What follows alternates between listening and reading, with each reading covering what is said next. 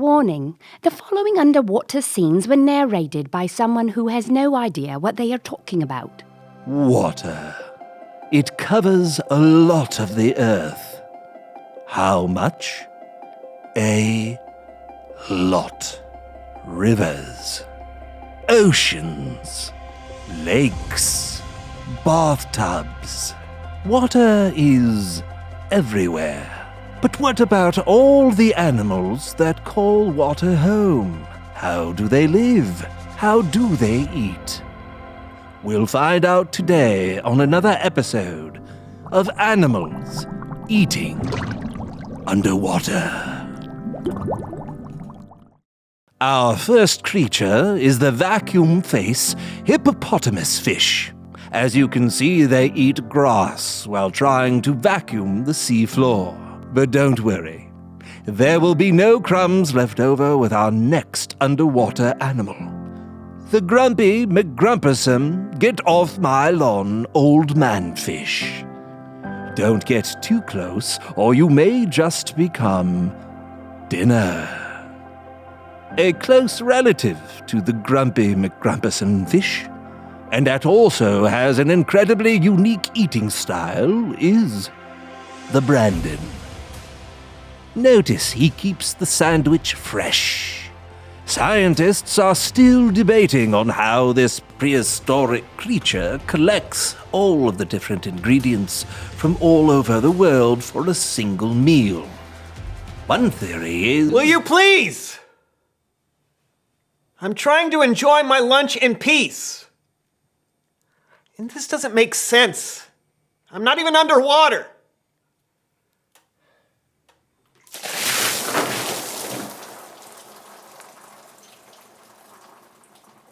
Even though the bread is soaked, this odd creature still finds way to eat his meal in peace.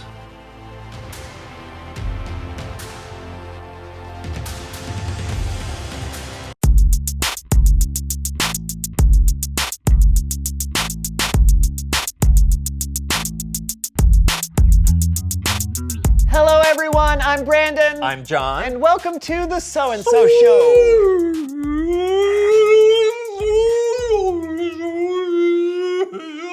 What is that? It's like a whale sound.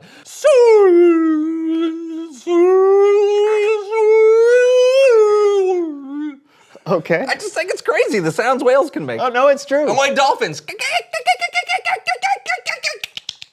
That's impressive. Yeah. What does it mean?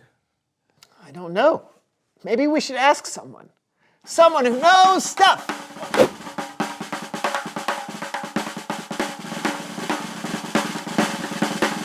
Hello. Well, hello. Come in. I'll just swim on over to ya. Whoosh, whoosh, whoosh. Well, you can dock yourself right here. Thank you so much. Thank you for being on the show. Can you tell our viewers who you are and what you know? Oh, certainly. My name is Janet Crusto, and I'm a cetologist. I study whales.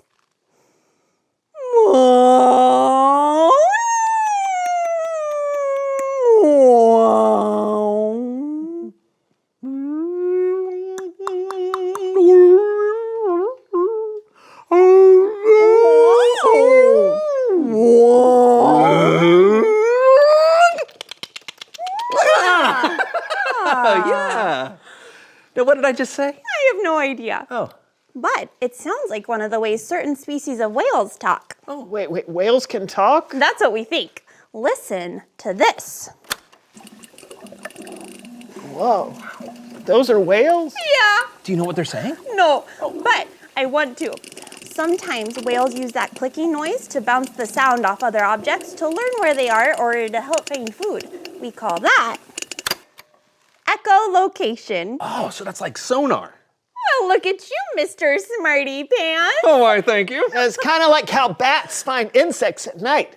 Yes, but we now think whales also use clicks to talk to each other. That is so wild. I know. And how do you hear what they're saying? Like, how did you make this recording? With something called a hydrophone. It's basically a fancy name for an underwater microphone. We can record all sorts of whale sounds underwater, clicks and songs. Oh, songs? Oh, a music fan, are ya? Yeah. Well, listen to this.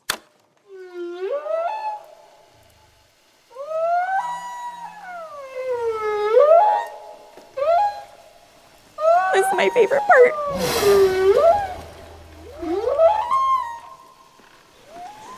I could listen to this all day, but I won't. That is so beautiful. Yes, that's from a humpback whale. These sounds can travel hundreds of miles. I can only make my voice travel a few hundred feet. And that's if I'm talking like this. That's the most amazing thing I've ever heard. I know. It's crazy! It really is. Why are we still yelling? You know, there's still so much we don't know about whales. And I'm very excited about that. Wait. You're excited about stuff you don't even know? Oh, yeah, of course. Just because we don't know something now doesn't mean we won't know it someday. That's why we gotta keep searching and asking questions and learning. Who knows? Someday we might be able to have a real conversation with a whale. Whoa.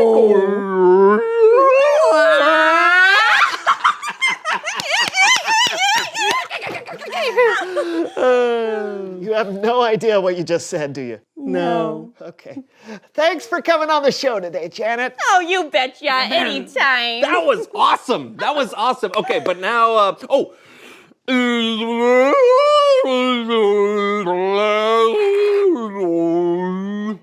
It's Bible story time with Kellen.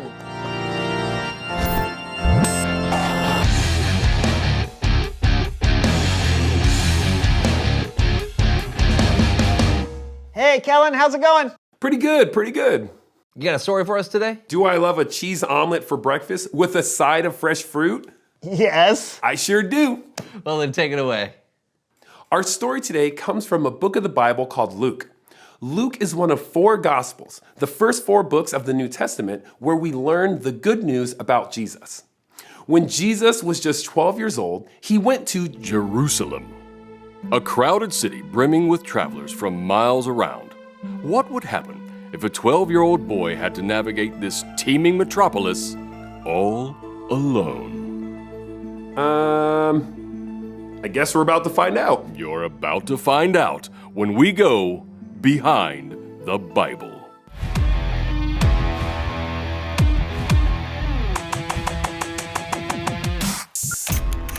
Every year, Jesus' family traveled to Jerusalem to celebrate the Passover feast, an annual celebration where Jewish people from all over the world remember how God freed their people from slavery long ago. But this year's feast would not turn out the way they expected.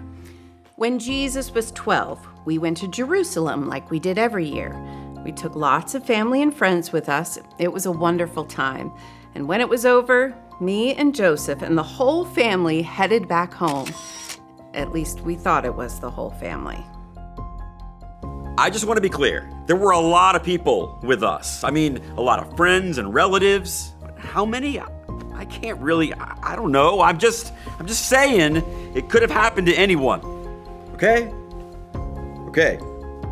Just, don't judge us.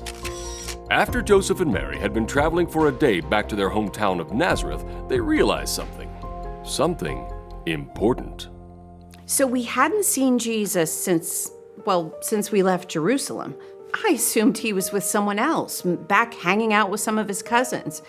Then we started asking around and realized no one knew where Jesus was. I just want to be clear. There were a lot of people, okay? Okay. But at this point, we're like, we have got to get back to Jerusalem, and we need to get back like yesterday. Crazy, right? Mary and Joseph had left Jesus in Jerusalem. I just want to be very clear. There were a lot of people. It could have happened to anyone. I think they get it. Okay. So Mary and Joseph rushed back to Jerusalem to look for Jesus. They looked everywhere they could think of. But it was a big city, and there were a lot of places to look. They searched high. They searched low. They searched all around, but they couldn't find their son. We looked for 3 days. 3 days! We were so worried. But just to be clear, there were so many people. Finally, one of us, I don't remember who, thought to check the one place in Jerusalem we hadn't looked yet, the temple. The temple was a holy place where people could go to worship and honor God. Would Mary and Joseph find their son there? Oh my!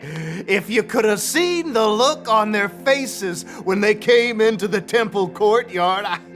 They were worried sick, of course. I mean, who wouldn't be? But their son, Jesus, he was just sitting with us and talking and asking questions like it was no big deal. Oh, my heart jumped through my chest. I was overjoyed. I was exhausted and I was a little angry. But Jesus seemed completely calm, just talking to the priests. No one would have thought that Jesus, a 12-year-old boy, would want to spend his time at the temple talking to the priests. But that's what Jesus did, and the priests were very impressed. Let me tell you, this kid was amazing. Never, ever have I seen anyone like him. To have that amount of wisdom that he had at that age, it's just incredible. He asked the most amazing questions. And then, after he asked the questions, he listened. And then we'd ask him questions. And his answers.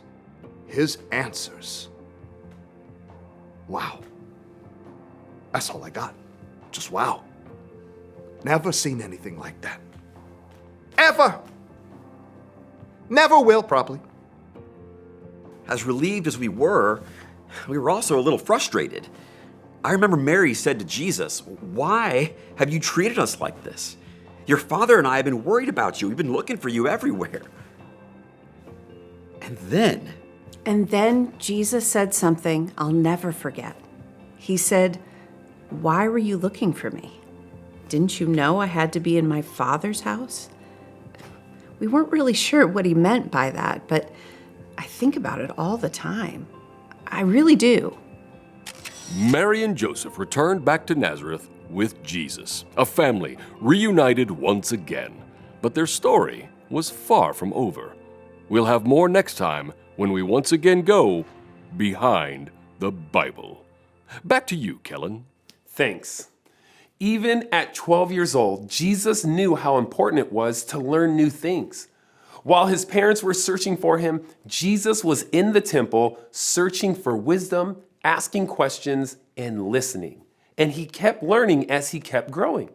Luke went on to write that Jesus became wiser and stronger. He also became more and more pleasing to God and to people. The end. Great story. It's fun to see what Jesus was like when he was younger. Yeah, sometimes we forget that Jesus was a kid.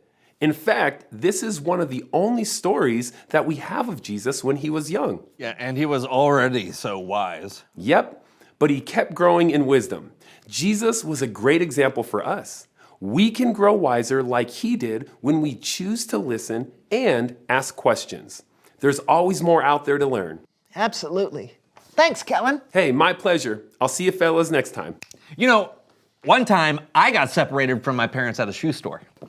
Yeah, but the only wisdom I got was that the manager doesn't really like it when you climb on top of the shoe shelves. You did what? I was trying to see my parents, Brandon. Oh, yeah. And then I fell into a big vat of old socks. Reveal the question. What does it mean to be wise? I think listening is a big part of it. Right, and being curious about things you don't know, like Janet with whales. Yeah, we know Jesus was wise and kept growing in wisdom. So if we want to know what it means to be wise, we can just read about the things Jesus said and did in the Bible. Yeah, and then follow his example. Yeah, exactly. So what do you think? What does it mean to be wise? Yeah, talk about it together, and we'll see you next time on The So-and-So Show!